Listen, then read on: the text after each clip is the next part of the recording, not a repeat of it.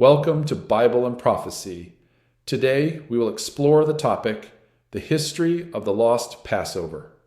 Today there are countless people who believe in Jesus Christ, yet it is difficult to find any Christians who keep the Passover of the New Covenant, which Jesus established with his own blood. When he established the New Covenant Passover, Jesus said, "I have eagerly desired to eat this Passover with you before I suffer." Luke 22:15, NIV. Yet this teaching has disappeared from the Christian world. Let us now study together. How did the Passover come to be lost throughout history? 1. The truth of the early church. Jesus Christ kept the Passover, the Holy Supper, on the evening of the 14th day of the first month, according to the sacred calendar, Thursday night. With fervent desire, I have desired to eat this Passover with you before I suffer. Luke 22:15, NKJV. The next day, on the 15th day of the first month, he was crucified on the cross. This was the Feast of Unleavened Bread, Friday. Then, on the first day of the week, Sunday, after the Sabbath following the Feast of Unleavened Bread, he rose from the dead. This is the resurrection day. This shows that the resurrection day, which comes on the Sunday after the Feast of Unleavened Bread, is a completely different day from the Passover, which Jesus eagerly desired to keep before his suffering. Luke 22:15. Accordingly, the early church kept the Passover, the Holy Supper, on the evening of the 14th day of the first month of the sacred calendar, commemorating the death of Christ according to his will. 1 Corinthians 5:7, 1 Corinthians 11:23-26. On the following day, the 15th, they observed the Feast of Unleavened Bread and fasted. Mark 2:19-20. Then, on the first Sunday after the Feast of Unleavened Bread, they broke bread and celebrated the resurrection day. Acts 26-7, Luke 24:30-31. This was the practice handed down from Christ and followed by the apostles and the early church. 2. The corruption of the Roman Church. After the apostles passed away, around 100 AD, the church in Rome, which was located in the capital of the world at that time, began to change its practices. In the beginning, most members of the Roman Church were from the lower classes and slaves, but over time, the middle class and eventually even the nobility converted. As this happened, they began to influence church policies, not only in Rome, but also in surrounding churches. In this situation, the Roman Church abandoned the teachings of Christ and strayed from the truth.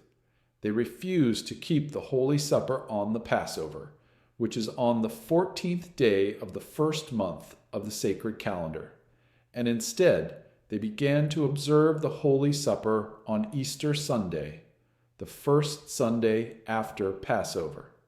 But the Holy Supper was given to commemorate the death of Jesus Christ, while Easter was established to commemorate his resurrection. However, the Roman Church combined these two separate holy feasts into one and created a new custom of keeping the Holy Supper on Easter Sunday, a practice that originated in Rome, not from Christ or the apostles. 3. The first controversy over the Passover.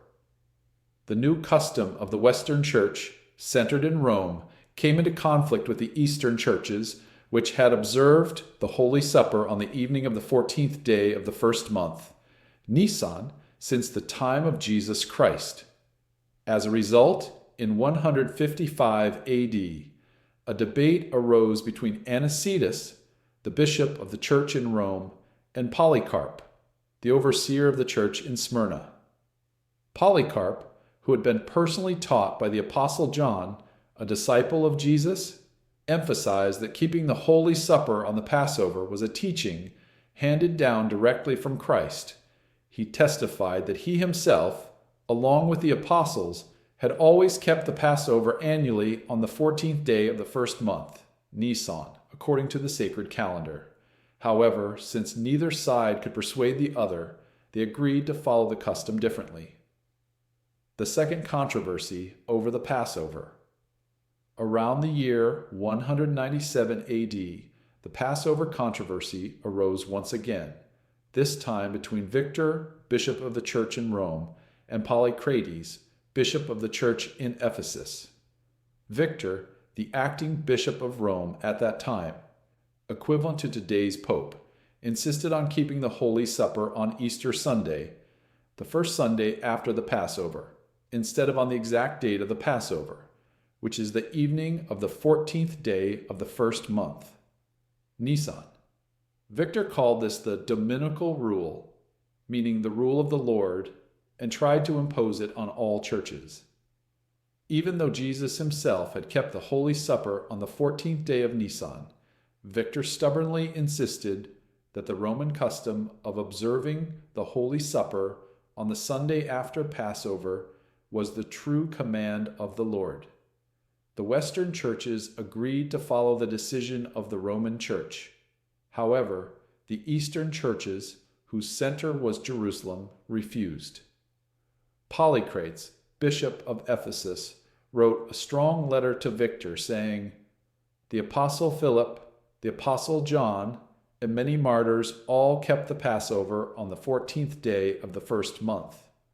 I too, being the 8th bishop in succession from the church of Ephesus, continue to observe the Passover on the same day, the 14th of Nisan, according to the tradition passed down to us." After receiving this letter, Victor falsely accused the churches in Asia of being unorthodox and attempted to excommunicate them, but he was stopped by other bishops who opposed his harsh and unilateral action. 5. The Passover was abolished at the Council of Nicaea. Popes, such as Anicetus and Victor, continually attempted to abolish the Passover but were unsuccessful. This fire of controversy reignited once more at the beginning of the 4th century, and finally Satan succeeded in completely abolishing the true feast of life through the Council of Nicaea, presided over by the Roman Emperor Constantine. This religious council was held in the city of Nicaea in the year 325. The Council of Nicaea Constantine II. Reason for the council: dispute over the date of Easter. The Eastern Church observed the Passover, while the Western Church emphasized Sunday. 3. Resolution. It was decided that Easter would be celebrated on Sunday. From that point forward, any church that did not submit to the authority of the Roman Church and continued to observe the Passover on the 14th day of Nisan was labeled heretical and subjected to persecution. The saints who desired to obey God's word had to flee into the mountains, deserts, and caves to keep the Passover. The New Covenant Passover disappeared from history in this way, just as prophesied in Daniel 7:25, "He shall speak great words against the Most High, and shall wear out the saints of the Most High, and think to change times and laws." Afterward, Satan introduced idols and pagan doctrines into the church, teachings not found in the Bible.